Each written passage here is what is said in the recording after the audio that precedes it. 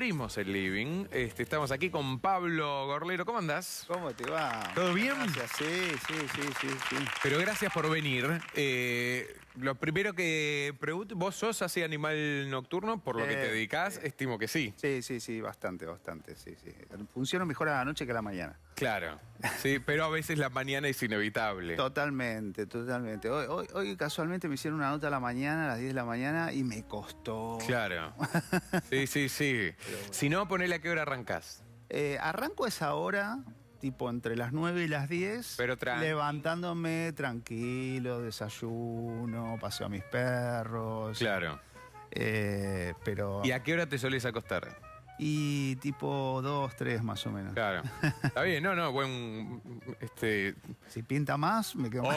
Obvio. Después se paga la mañana. Pero después se paga, sí, claro, y uno está mayor. Estás ahora con 3 obras en cartel. En cartel tengo 3 obras, sí, estoy re contento, estoy con... hace muy poquito estrené Incidente en Vichy, una obra de Arthur Miller, muy poco frecuentada, de este autor.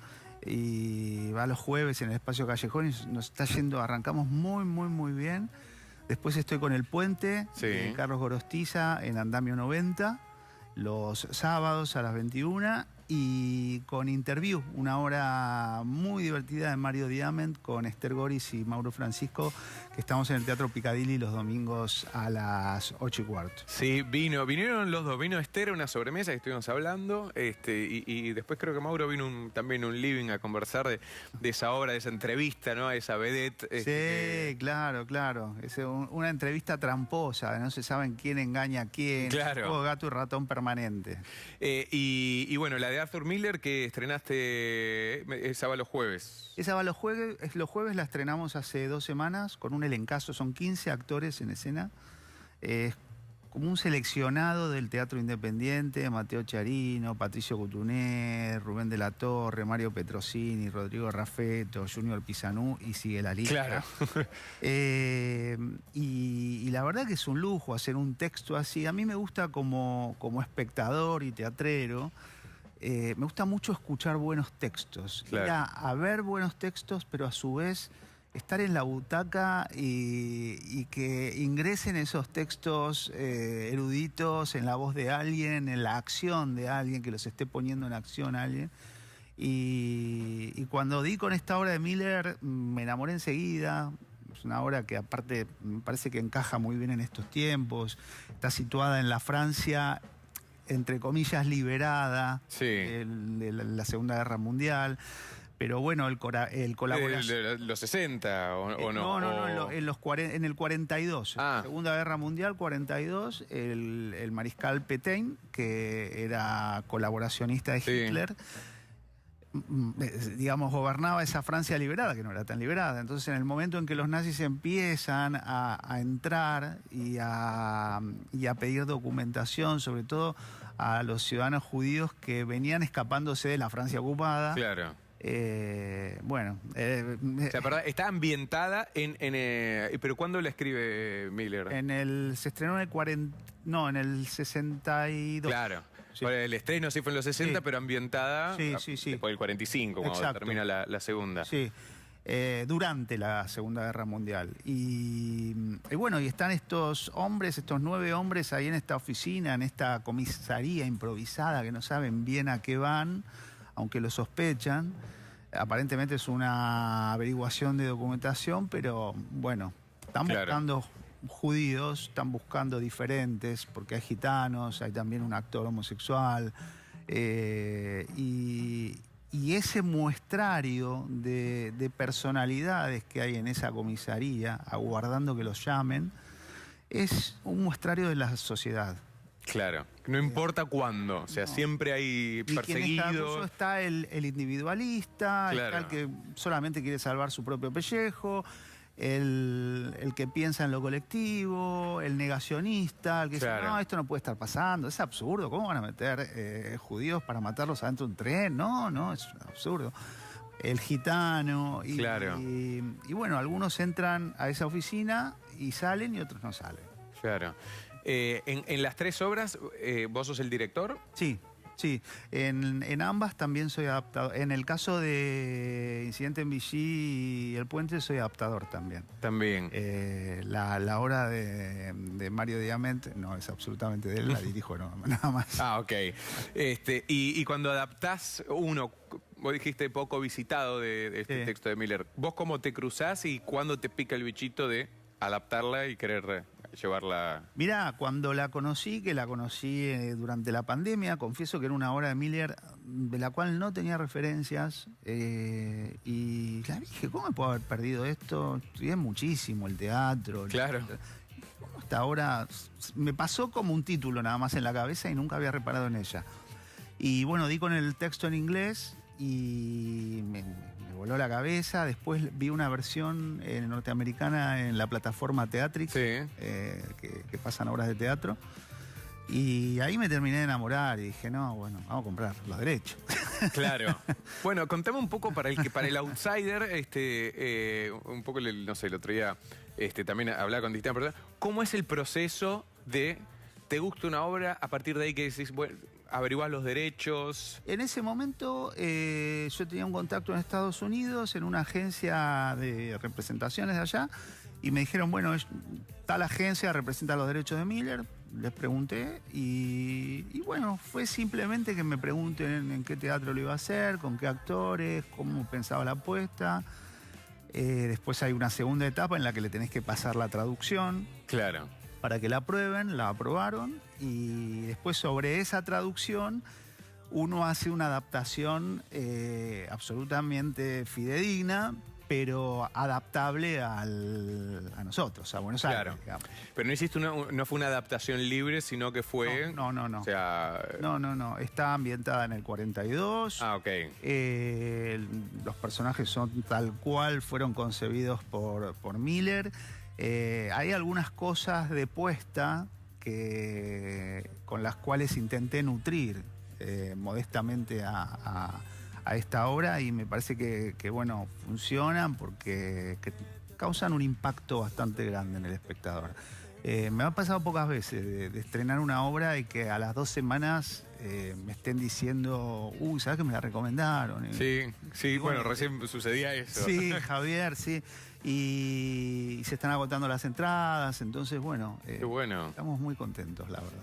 Y bueno, hablando de agotar entradas, es un momento complicado también para el teatro, cuando obviamente amás el teatro, pero también podría haber sido opciones donde vos tengas menos gasto, menos costo. Exacto, sí. ¿Por qué te embarcás en algo así? 15 actores. Y porque no escarmiento, me gusta ir hacia lo que me gusta.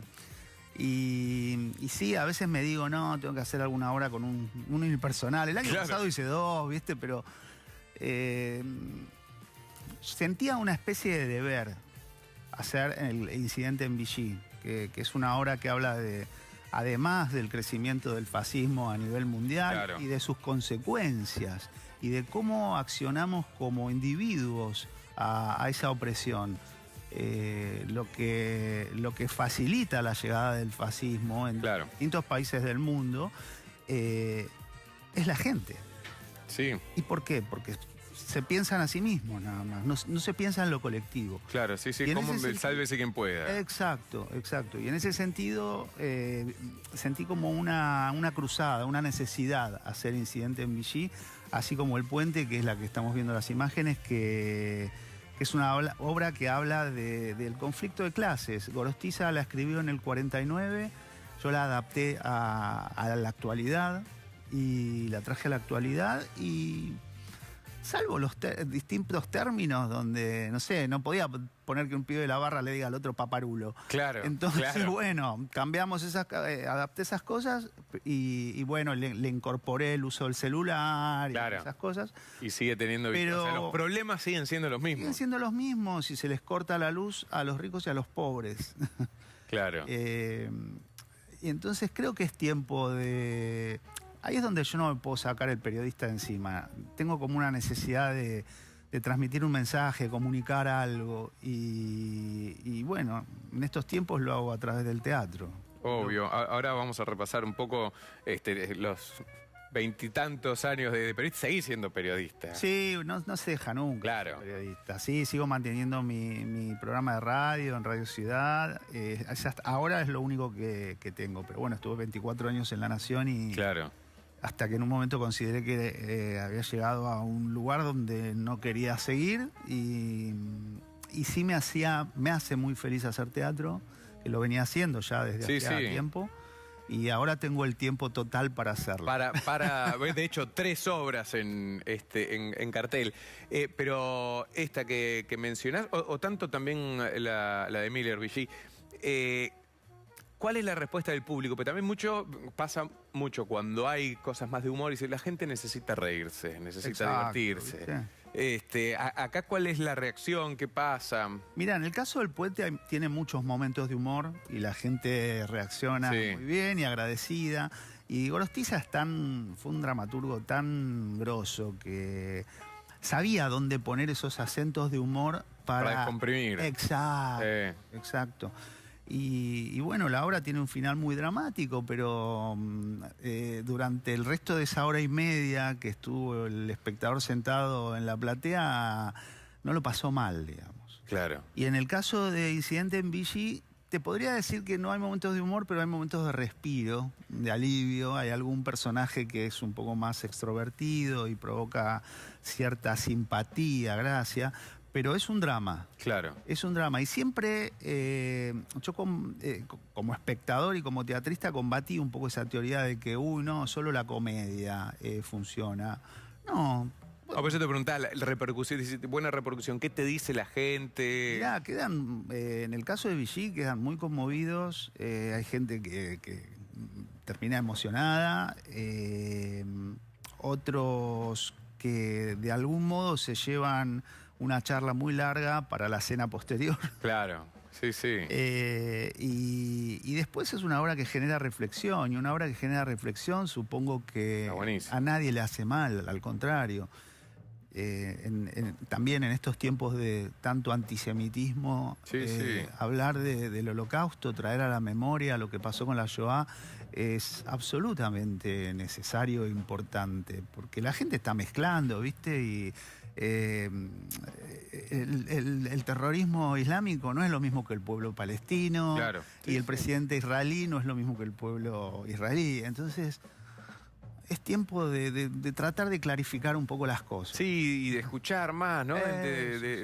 Porque si uno, o sea, de derribar verdades, o sea, propias, ¿viste? A veces uno tiene certezas que en realidad está bueno ponerlas en duda. Totalmente. Y pregunta, ¿por qué esto? ¿Por qué si hay alguien que opina tanto para este lado y otro tanto para este lado, quiere decir que debe haber algo, ¿no? Exacto. Mira, nosotros con Incidente en Vichy tuvimos mucho trabajo de investigación antes.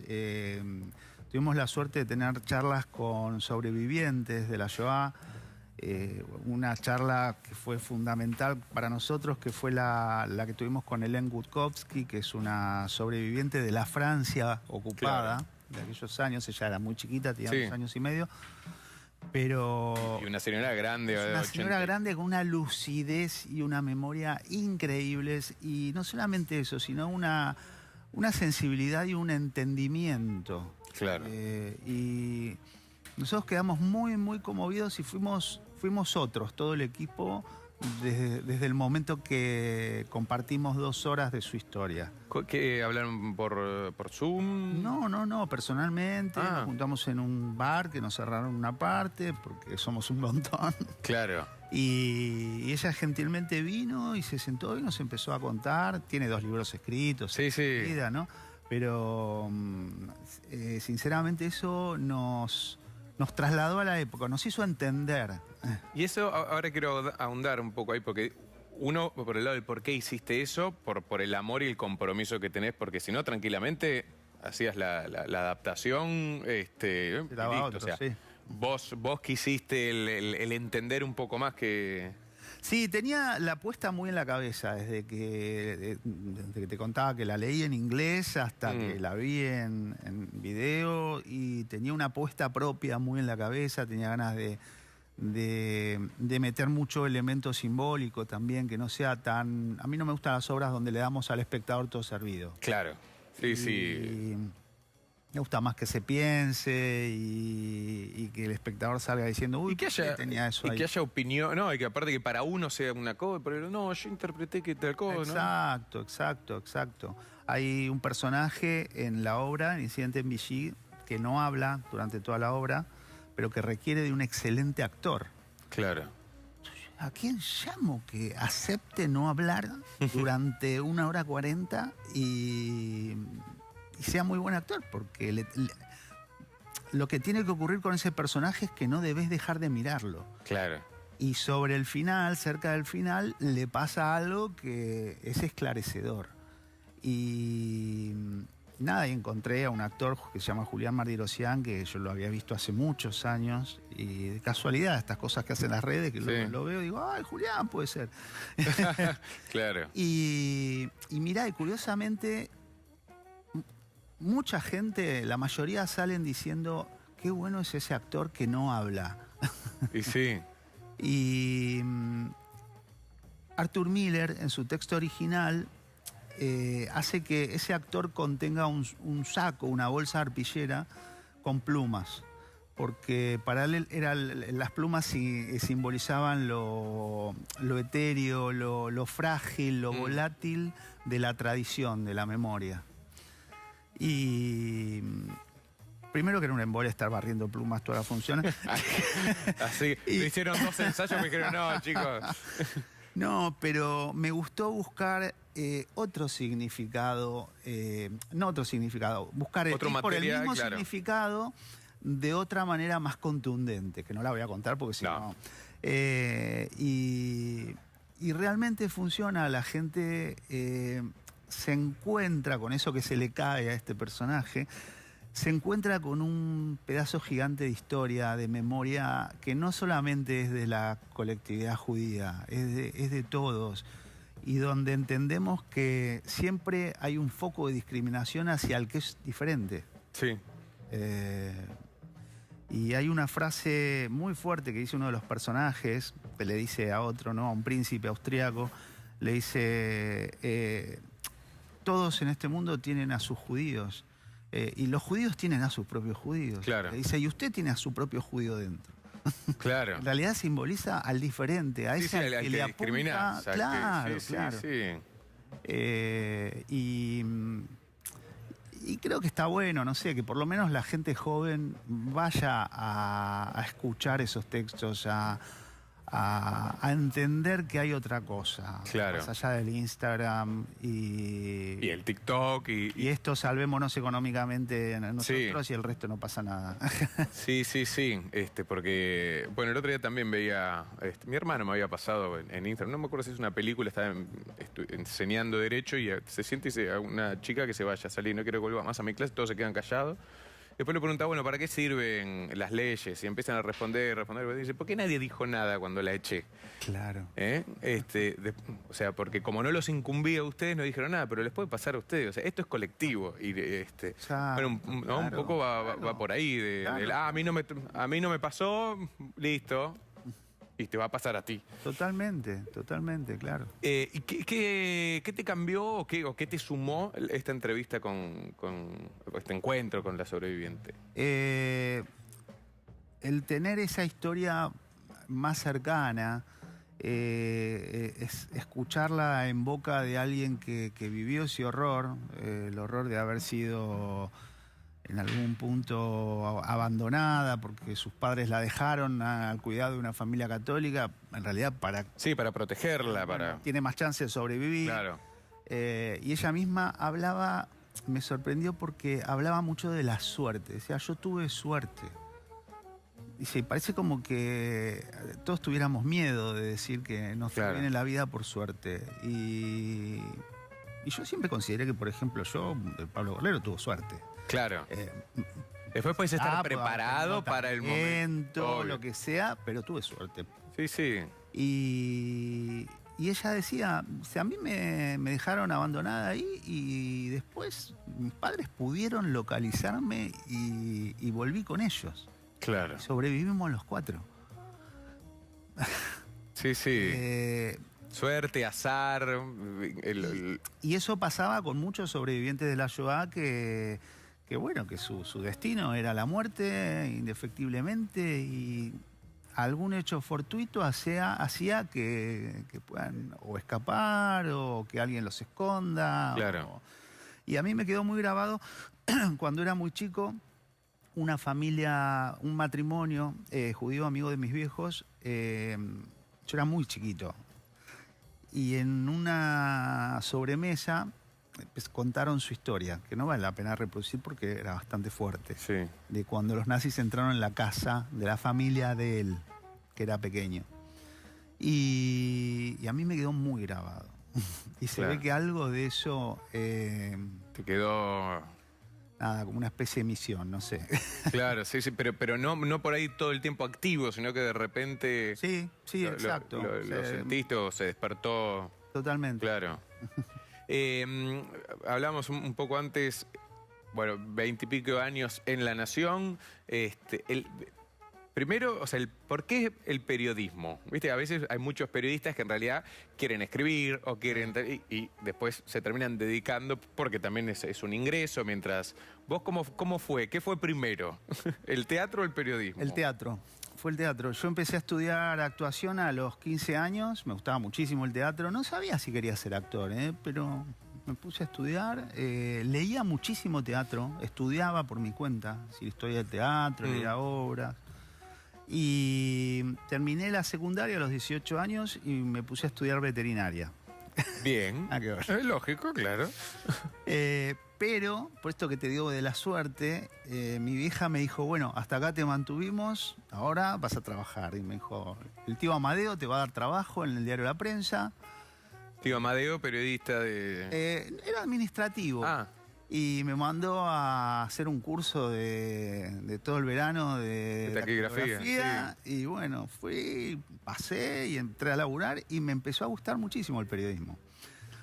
Y así fue como dejé veterinaria, después empecé a trabajar en el Cronista Comercial y bueno, tuve suerte de que se me abran puertas y de algún modo eso hizo que el teatro vaya quedando atrás.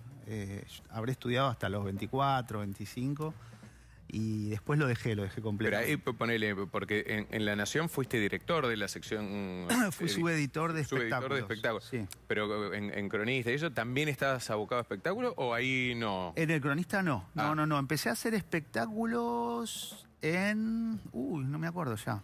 En Diario Popular. Pasé por muchos medios. Claro. En Diario Popular y después seguía haciéndolo en la revista Humor, en Semanario, en Teleclic, revistas así más faranduleras en algún momento. Y hasta que pasé al diario La Razón a hacer críticas de teatro, que habló en fines de los 90, y después al poco tiempo entré en La Nación. En La Nación. ¿Y después volvés, ya no como periodista, sino al teatro con Ger o antes? No, antes. La culpa la tuvo Ricky Pashkus. Claro. Que cuando nos juntamos para armar los premios Hugo, a mí se me ocurre, después de los premios Hugo, proponerle otro espectáculo, que fue Primeras Damas del Musical, un show en realidad, pero con mucho de teatral.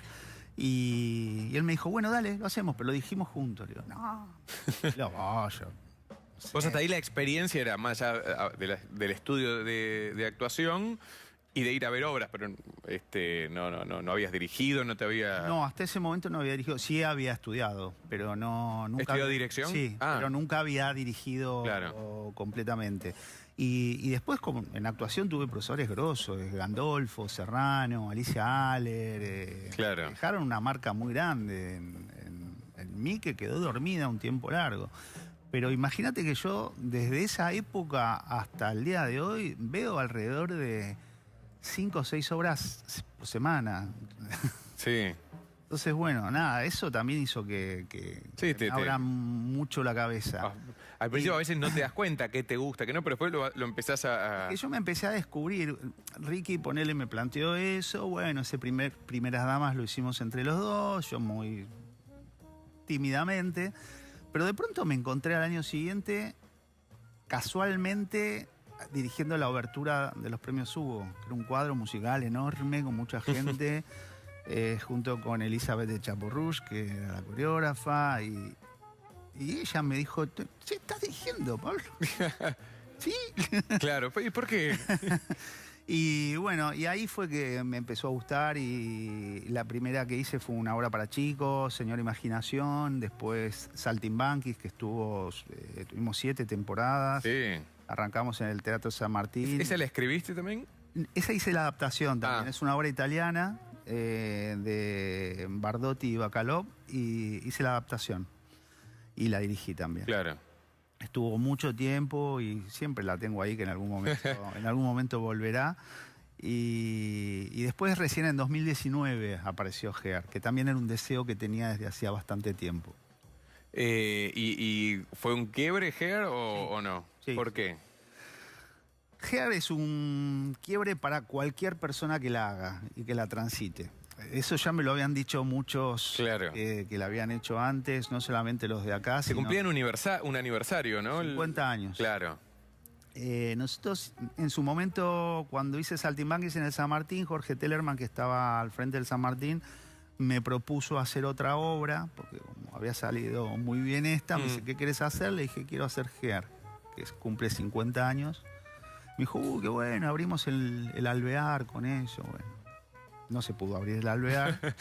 Repuse Saltimbanquis, todo bien. Y después, bueno, no se podía hacer ahí. Dije, bueno, la hago de manera particular.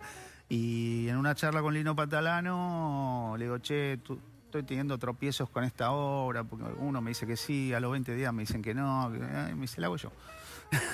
¿El Maipo?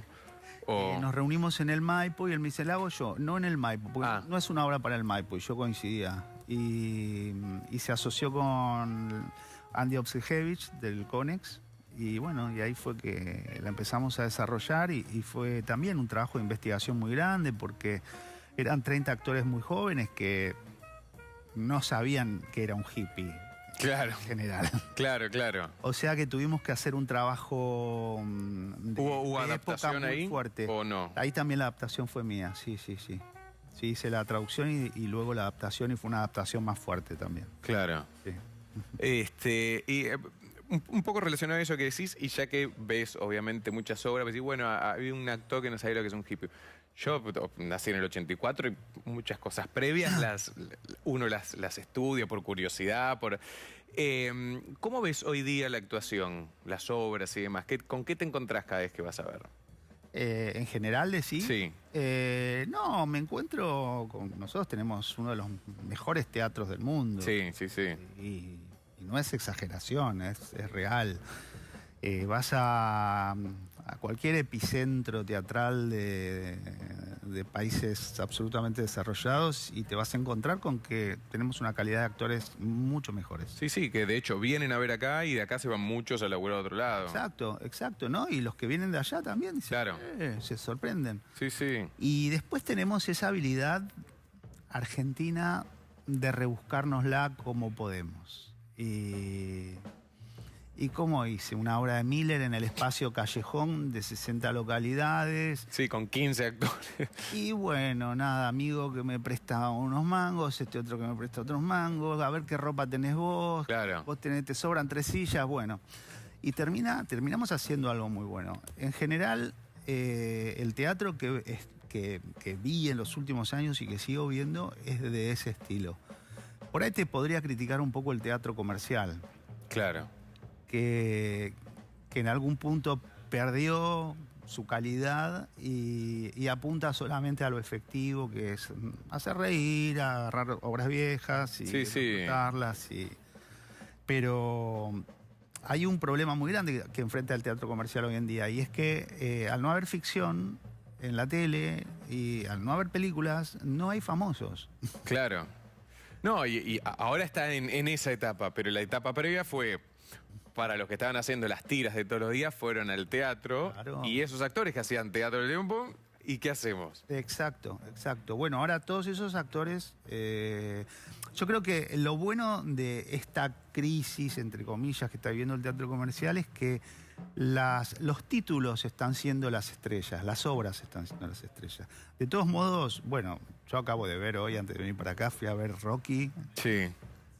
sinceramente, con pocas expectativas, Mira. me doblaron el brazo así terriblemente. Es maravillosa la Claro. producción, la dirección, todo. Entonces... Sí, uno hay se siente grandes tanques que les va bien y que son buenos. O sea, Sí. Rocky me dijeron que tiene lo que lees agotadas, de acá no sé Sí. cuánto. Y después el teatro independiente, que uno encuentra una entrada mucho más económica y actorazos, textos que no te los olvidás por semanas, ¿viste? Claro. Y eso creo que es lo que también hace que el teatro permanentemente esté vivo. No, yo te preguntaba por esa comparación con lo de Ger, alguna vez a profesores de teatro, le preguntaba esto, los chicos, ¿leen teatro hoy día? Lo más joven, lo que empieza. No leen. Este, Bueno, leen, pero hay que obligarlos un poco. Claro, los tenés que mandar a leer, no por motu propio, no por esa curiosidad que te llevaba a vos a los distintos textos. Exacto.